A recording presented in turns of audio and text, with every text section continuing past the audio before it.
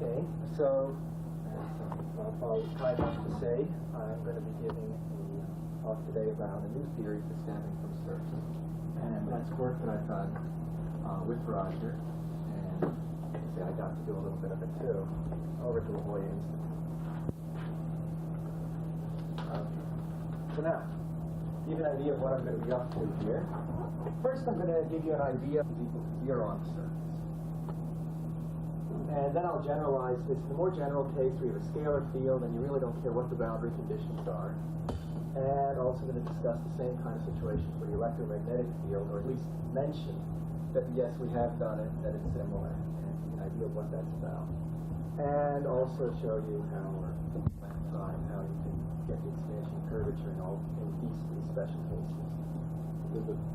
The top one then is a scalar like the sound wave off the free surface, assuming no propagation to the air. That's right. That's right. You assume, and when I say pressure equals zero, we're just talking about the fluctuation as the background pressure is constant. And in fact, what I have right there is the basic formulas of, okay, you have a scalar field P function of the position somewhere in the theory to a smooth surface like this, sphere or a hemisphere, something like that. Okay, so formally, you say a scalar field. Okay. Now to do this kind of problem is, of course, very hard. That's why we have an asymptotic theory. And basically, this problem is how big these cross sections really are. So there's a great deal of motivation to go back and look at scattering theory carefully.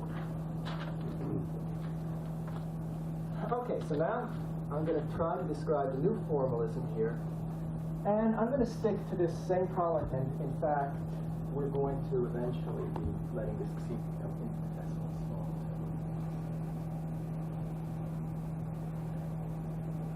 Okay, so when we make this substitution here in a little while, what I'll do is I'll take this thing to be infinitesimally small, and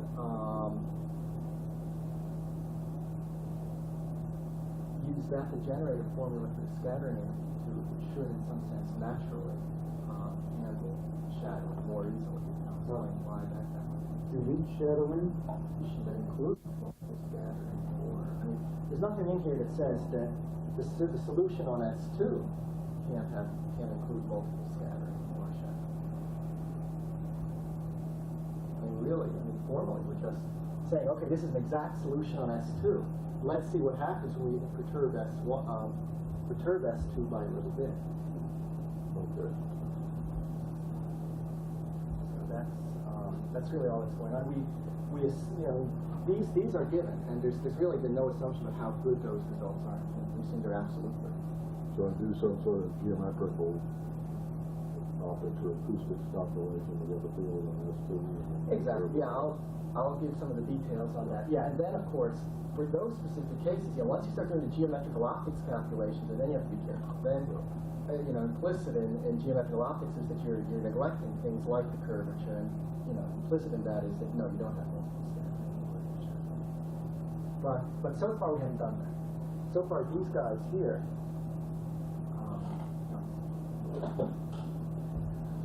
Okay, so yeah, now we're just a step away from the.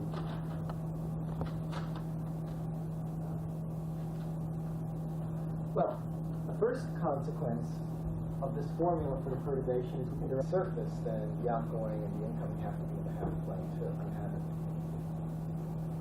Well.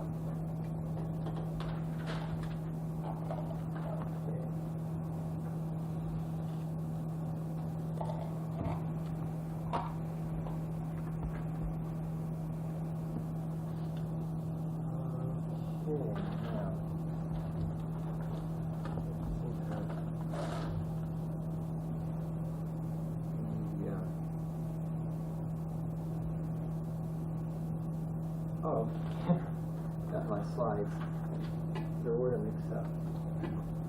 Okay, hat equal to normal. Okay. Composite model. By doing what we were discussing before. Composite model without any cutoff. Okay.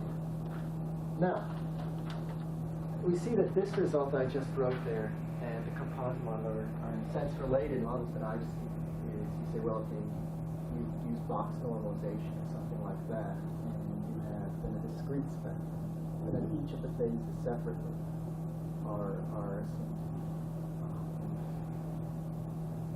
to be. Yeah, it's. I can't vouch for this. I mean, this is in the literature. I could give you a reference for it.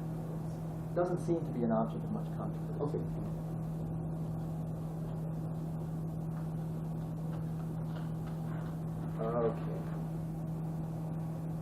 Okay, so with these, that's not easy. I mean, well, it's not easy. It's not practical to do that. And so, you want to find a better way to do that. We have to ask ourselves, why are we running into trouble? Because the small slope was fine. It's well behaved in the sense that if you left out the L squares here, you get more than the sort of cutoff. And it turns out that this result is, in fact, good at shallow grazing. Okay, just about out of time here.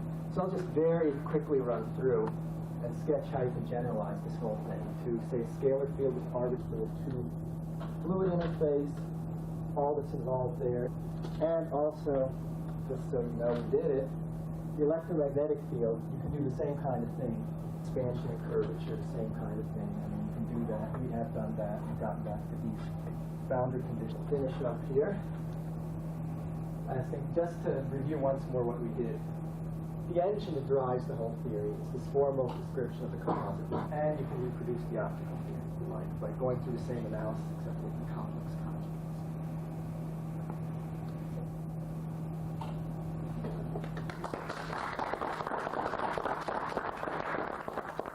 The equivalent of master formula. I don't know if you're interested. I can flash up the picture of the. I don't think that's not for this. Yeah. And then for the electromagnetic problem, in terms of validating it.